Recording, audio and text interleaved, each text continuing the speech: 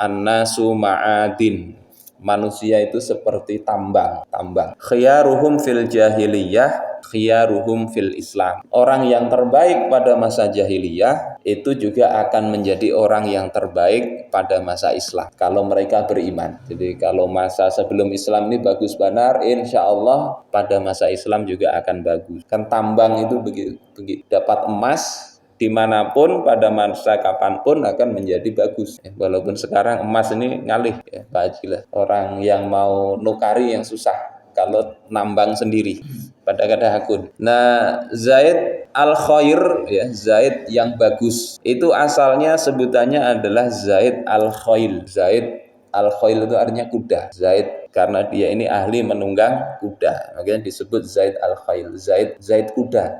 Oleh Nabi nanti ketika masuk Islam diganti jadi Zaid al-Khair. Bagaimana kondisinya pada masa jahiliyah? Beliau ini orang yang luar biasa bagus. Sebelum Islam itu bagus. Diceritakan oleh Imam Asy-Syaibani dari seorang syekh dari Bani Amir yang kata syekh ini, kami pernah mengalami 1 tahun kemarau panjang, tidak ada tanaman, hewan tidak dapat keluar air susunya. Maka di antara kami itu ada yang membawa keluarganya ke Al-Hirah, nama satu tempat. Ditinggalkanlah kerabat-kerabatnya itu, dan dia berkata, tunggu aku di sini hingga aku kembali lagi. Dan dia bersumpah dia akan kembali menemui mereka kalau sudah ada mendapatkan harta. Jadi kerabat-kerabatnya dikumpulkan, ini aku yang cari harta untuk makan mereka. Sumpah kalau tidak dapat harta tidak kembali atau aku mati. Singkat cerita orang ini kemudian mencari ya, berhari-hari itu mencari harta. Dapat onta, tapi ini onta orang. Bahasa sekarang itu mencuntan untuk makan. Sekarang itu nyuri kalau untuk makan ketangkep orang bisa digebukin mati. Tapi kalau nyuri banyak ya, miliaran, kira-kira enggak sampai begitu. Korupsi. Setelah nyuri onta ini, singkat cerita itu ketahuan oleh seorang penunggang kuda, yakni Zaid al-Khail sebelum masuk Islam. Disuruhlah oleh Zaid ini untuk menyerahkan onta itu. Ya, kata orang tersebut ya, yang nyuri ini, kalla, sekali-kali enggak. Laqad taraktu wara'i niswatan ja'iat bil Hirah. Aku meninggalkan banyak para wanita yang sedang kelaparan di Hirah. Wa aqsamtu alla arji'a ilaihinna illa wa ma'i malun aw amut. Dan aku sudah bersumpah pada orang-orang itu bahwasanya aku tidak akan kembali kecuali aku membawa harta atau aku mati. Jadi ini ibarat mencuri. Kalau seperti ini dalam Islam pun tidak kena hukum potong tangan. Rasulullah mengatakan ya, la tuqta'ul yad atau la qat'a fi zamanil maja'ah. Ini yang diamalkan oleh Sayyidina Umar. Kalau dalam Islam mencuri, di dalam Al-Qur'an kan wasariqu wasariqatu faqta'u aydiyahuma. Pencuri laki-laki dan perempuan maka potong tangan keduanya. Ya, ini 1 tangan sampai batas ini. Itu kalau pencuriannya ya 1/4 dinar ke atas, nilainya itu 1 gram emas ke atas, baru kena hukum potong tangan. Dan pencuriannya bukan dalam kondisi seperti ini. Kata Rasulullah, la tuqta'ul yad illa fi rubu'i dinar faso'idan. Tangan tidak dipotong kecuali pencurian 1/4 dinar ke atas. Nah, orang ini mencuri untuk ngasih ya, orang-orang yang kelaparan. Ini belum ada Islam ini ya. Zaid belum masuk Islam. Apa kata Zaid ya, ketika tahu bahasanya yang mengambil onta itu adalah orang yang mau mengasih orang makan ya, orang-orang yang kelaparan. Kata Zaid, wallahi, demi Allah, lau kanat hadhil ibilli lasallamtuha ilaik. Kalau onta ini milikku, ku berikan kepada engkau. Walakinnaha li ukhtin min akhawati. Tapi onta ini adalah milik salah satu saudara perempuanku. Fa'aqim indana ayyaman. Maka tinggallah engkau bersamaku beberapa hari di sisi kami. Fa inni ala washki gharatin. Sesungguhnya aku itu sebentar lagi akan ikut perang. Qad aghnamu minha. Yang aku ya bisa jadi nanti pulang membawa ghanimah, harta rampasan perang. Ini orang bahari. Ya kalau perang nanti dapat harta rampasan. Ini belum masuk Islam. Ya. Jadi yang nyuri tadi sudah kamu tinggal di sini, aku nanti ada perang. Kalau dapat ghanimah ini untuk engkau. Kemudian apa kata yang bercerita ini, wa ma hiya illa ayyamun salasatun hatta aghara ala Bani Numair. Dan tidaklah berselang waktu kecuali hanya 3 hari hingga dia ini berperang ya, dengan Bani Numair, ya, melawan Bani Numair. Faghanima qoriban min mi'ati naqah. Kemudian dapat onta hampir 100 ekor. Kemudian onta ini diberikan kepada pencuri tadi, dan tidak hanya itu, dia kirim beberapa orang anak buahnya untuk mengawal sampai ke Hirah, sampai menyerahkan kepada orang-orang yang kelaparan itu. Nah, ini Zaid, ya, Zaid Al-Khail ini luar biasa, ya. Orang mencuri tapi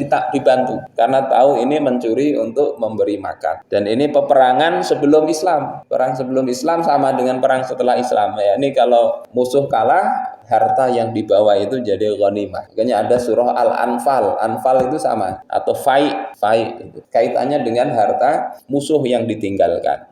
Kalau sekarang bagaimana? Ya kurang lebih. Perang sekarang sama, itu cari harta. Misalnya kayak Amerika nyerang itu Presiden Venezuela. Siapa namanya? Maduro. Maduro ditangkapnya. Alasannya apa? Alasannya narkoba, padahal enggak. Alasannya itu ya minyaknya Venezuela yang itu banyak dikirimkan ke Cina. 2024 itu Cina ada perjanjian bisa membeli pakai yuan. Jadi kalau perdagangan internasional itu kan pakai dolar biasanya. Tapi ada perjanjiannya pakai yuan, itu sudah dolar terlepas. Akhirnya Amerika enggak dapat apa-apa, rugi. Minyaknya banyak lari ke Cina, duit untuk membelinya tidak ada hubungannya dengan dolar. Ya, akhirnya bikinlah alasan aja nangkep Maduro itu. Setelah itu minyak larinya ke Amerika. Yang kedua, Iran mau digitukannya juga. Iran itu kan hubungannya dengan Cina, dengan Rusia. Tidak dapat apa-apa itu Amerika. Mau diambilnya, tetapi salah perhitungan, tidak selesai-selesai. Dikiranya sebentar selesai. Nah, zaman sekarang begitu juga. Perang ingin dapat kekayaan. Kalau perang selain Islam, kalau perang jihad dalam Islam bukan untuk kekayaan, bahkan kadang untuk membantu supaya bangsa yang ditaklukkan itu bagus. Jadi kalau perang mulai zaman Bahari selain Islam itu memang untuk harta, Belanda ke Indonesia untuk rempah-rempah, untuk apa? Termasuk tambang sebetulnya sama sudah ada. Menjajah itu begitu. Kemudian berubah zaman pasca Perang Dunia Kedua, kata John Foster Dulles itu, kalau tetap perangnya itu gayanya seperti dulu, menjajah langsung secara militer, kalah dapatnya komunis waktu itu. Komunis pendekatannya begitu, yang dijajah itu dimerdekakan, suruh berontak, akhirnya dikuasai komunis. Nah, akhirnya yang strategi berikutnya untuk mendapatkan harta bangsa lain bukan dengan jalan perang langsung, tapi dengan perjanjian, hutang, kemudian apalagi dimerdekakan, disusupi agen. Nah, ini yang terjadi sekarang. Kalau Bahari langsung aja perang dapat duit, dapat harta. Sekarang enggak. Kalau enggak berani, enggak mau tunduk, digulingkan itu kekuasaannya. Kayak kita lihat dulu di Indonesia ini, awalnya Soekarno itu mau Freeport itu mau nambang di Papua enggak bisa. Pakai IMF enggak bisa, karena Soekarno lebih condong ke Rusia waktu itu, Soviet. Sehingga bantuan itu dikatakan oleh Soekarno, go to hell with your eyes. Pergi ke neraka sana dengan bantuan Anda. Tidak berapa lama itu Soekarno tumbang. Tahun 1967 itu kemudian Freeport itu mulai dapat izin di mana? Irian Jaya, Bahari namanya Irian Jaya. Jadi 67 sampai sekarang. Itu sampai 2040 tiap hari itu ratusan ribu ton itu digali itu dari bumi Indonesia. Nah, kemudian ada kemarin itu perjanjian ATD yang ribut kemarin, itu salah satu kesepakatannya itu kan diperpanjang lagi 2060 sampai 2060. Mestinya aturannya itu 2035 baru bisa diperpanjang Freeport itu. Kemudian ini belum apa-apa sudah diperpanjang sampai 2060. Apa itu dapatnya? Ya kekayaan. Caranya begitu. Nah, pada masa dahulu enggak begitu. Mau harta ya langsung serang-serang. Lebih simpel, membacanya lebih mudah. Kalau sekarang ini kan perlu mikir untuk dapat kesimpulan itu. Muter-muter itu. Bapak ibu-ibu sekalian yang dimuliakan Allah Subhanahu wa taala, ini bagusnya Zaid ya. Perang pada masa itu pun dapat harta ghanimah diberikan kepada orang-orang yang kelaparan. Nah, bagaimana cara beliau ini masuk Islam? Beliau ini mendengar berita tentang Nabi Muhammad Shallallahu Alaihi Wasallam. Kemudian ini dari daerah Yaman beliau ini ya, daerah Toi. Ada kabilah Arab besar di Yaman waktu itu migrasi ke utara setelah pecahnya bendungan Ma'rib. Ini jadi kabilah. Dia mengajak beberapa orang. Ya, tokoh-tokohnya diajak untuk apa? Datang ke Madinah menjumpai Nabi Shallallahu Alaihi Wasallam. Jadi ada tokoh-tokohnya itu namanya Zur bin Sadus, kemudian Malik bin Jubair, Amir bin Juwain dan sebagainya. Dan ini pembesar-pembesarnya diajak untuk apa? Mendatangi Rasulullah Shallallahu Alaihi Wasallam. Sampai di Madinah di Masjid Nabawi. Saat itu Rasulullah sedang berpidato, sedang ngisi pengajian, berkhutbah di hadapan kaum muslimin. Mendengar itu Zaid dan yang lain sebetulnya terpukau, takjub, heran. Kalau heran ini kayaknya negatif, takjub.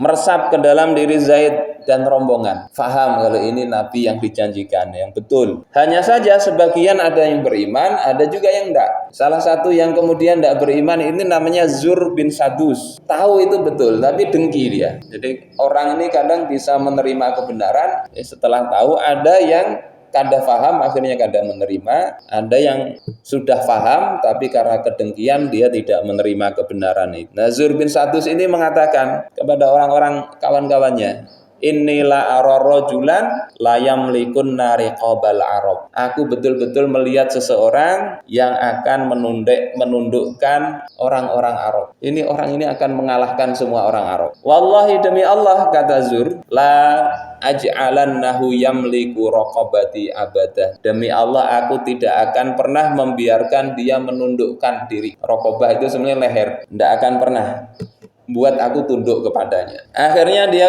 berangkat ya, pergi ke negeri Syam, mencukur rambut dan masuk ke dalam agama Nasrani. Jadi rombongannya Zaid tidak beriman. Alhamdulillah kalau kita ini Allah berikan keimanan walaupun tidak ketemu Nabi. Karena kalau ketemu Nabi belum tentu juga beriman. Sudah tahu betul belum tentu beriman. Andai kita hidup di zaman Fir'aun ketemu Nabi Musa, coba dipikir kira-kira kita berada di pihak mana?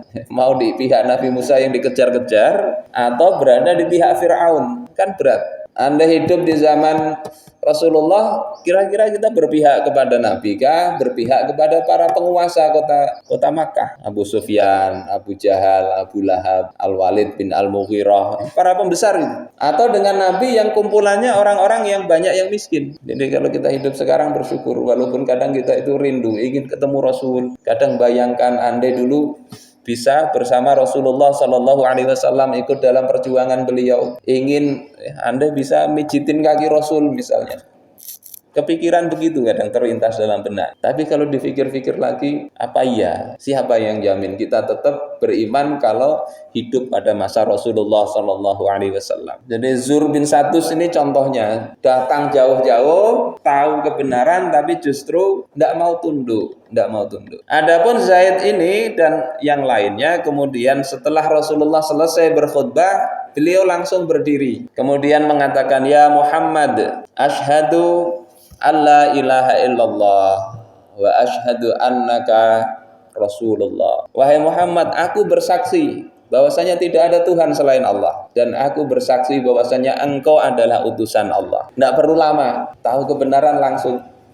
Ini sikapnya Zaid. Rasul kemudian bertanya, Man anta? Siapa engkau? Kata Zaid, Ana Zaid Al-Khail ibnu Muhalhil. Aku Zaid Al-Khail bin Muhalhil. Rasulullah kemudian mengatakan, Bal anta Zaid Al-Khair. Engkau bukan Zaid kuda, tapi engkau Zaid Al-Khair, Zaid yang bagus. Alhamdulillahilladzi ja'a bika min sahlika wa jabalika. Segala puji bagi Allah yang telah membawa engkau dalam perjalanan menyusuri pantai dan pegunungan dari Yaman, jauh-jauh datang. Wa raqqaka qalbaka lil Islam, dan yang telah membuat hatimu lunak untuk menerima Islam. Jadi Rasulullah bersyukur. Ada yang satunya tadi datang jauh-jauh untuk ingkar. Yang ini datang jauh-jauh langsung mudah menerima Islam. Sejak itu kemudian Zaid al-Khail ini sebutannya berganti menjadi Zaid al-Khair. Makanya kalau tidak bisa R sama. Al-Khair dengan al-Khail sama. Padahal Khail artinya kuda. Sama kalau ada nama Jamal. Jamal itu artinya bagus. Kalau ma-nya panjang, Jamal. Artinya bagus, ganteng. Kalau perempuan Jamilah, ya, cantik. Tapi kalau ma-nya kurang panjang artinya onta, Jamalun. Jamal artinya onta. Tapi kalau tulisan Indonesia ya cuma Jamal aja. Tapi kalau bacanya pakai bahasa Arab ya Jamal. Bagus artinya. Kemudian Rasulullah Shallallahu Alaihi Wasallam mengajak Zaid ini untuk ke rumah beliau bersama Umar dan sahabat yang lain. Sampai di rumah Rasulullah membentangkan tempat duduk untuk sandaran untuk Zaid. Zaid segan, tidak enak. Ya. Kemudian terjadilah perbincangan antara Rasulullah dengan Zaid ini. Rasulullah bertanya, "Ya Zaid," berkata, "Ya Zaid, wahai Zaid, ma wusifali rajulun qattu tsumma ra'aituhu illa kana duna ma wusifa bihi illaan." Tidak ada seorang pun yang diceritakan kepadaku, kemudian aku melihatnya, kecuali ia tidak sesuai dengan apa yang diceritakan kepadaku selain engkau. Jadi beritanya itu ke Rasulullah itu sudah sampai. Biasanya cerita dengan kenyataan itu tidak sama, kata Rasulullah. Tapi engkau ini sama. Ibarat foto itu kadang fotonya terbungas, ya, dilihat fotonya bungas banar. Begitu ketemu kada, ceritanya bagus banar, ketemu ndak. Nah Zaid ini kata Rasulullah ceritanya dengan orangnya ini sama. Kemudian Rasul bertanya, "Kaifa asbahta ya Zaid?" Bagaimana engkau bisa demikian wahai Zaid? Jadi ini punya dua sifat yang bagus tadi, penyabar dan penyantun. Ya, sebelum Islam aja sudah dermawan tadi. Yang berbuat jahat, pencuri tadi dibantunya. Tentunya pencuri yang bukan mencuri karena rakus ya tadi. Kenapa engkau bisa punya sifat begitu? Maka Zaid mengatakan, "Asbahtu uhibbul khaira wa ahlahu." Aku itu orang yang mencintai kebaikan dan orang-orang yang berbuat baik. Jadi sebelum Islam, senang kebaikan, senang dengan orang yang berbuat baik, wa may ya'malu bih, dan orang-orang yang mengamalkan kebaikan. Fa in amiltu bihi ayqantu bisawabih. Kalau aku amalkan kebaikan itu, aku yakin akan mendapatkan pahalanya. Fa in fatani minhu syai'un hanantu ilai. Kalau aku tidak sempat melakukan kebaikan itu, maka aku rindu, berangan-angan ingin melakukan kebaikan. Jadi ini sifat yang bagus. Ada kebaikan, sukai, cintai. Dari manapun. Kalau bagus, sukai. Orang yang melakukan, senangi. Kalau kita tidak bisa menggawe itu, coba rindukan itu.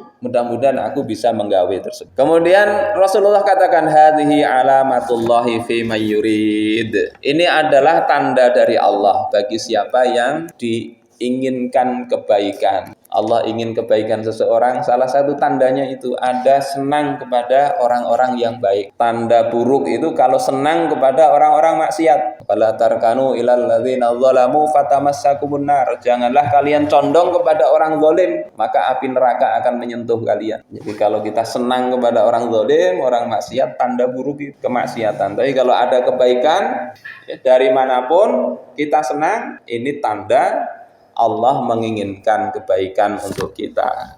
Maka Zaid mengatakan, alhamdulillahilladzi ja'alani ala ma yuridullahu wa rasuluh. Bersyukur Zaid, segala puji bagi Allah yang menjadikan aku sesuai dengan apa yang diinginkan Allah dan Rasulnya. Ini kisah Zaid yang tidak lama memang ya, hidup beliau nggak lama. Beliau kena wabah ya, dari Madinah itu pulang kena wabah penyakit demam ya. Penyakit demam hingga kemudian beliau wafat sakit itu. Mudah-mudahan Allah Subhanahu wa taala menjadikan kita dapat barokah ya membaca kisah ya, manakibnya Zaid al-Khair. Mudah-mudahan kita punya sifat yang Allah kehendaki kebaikan pada kita.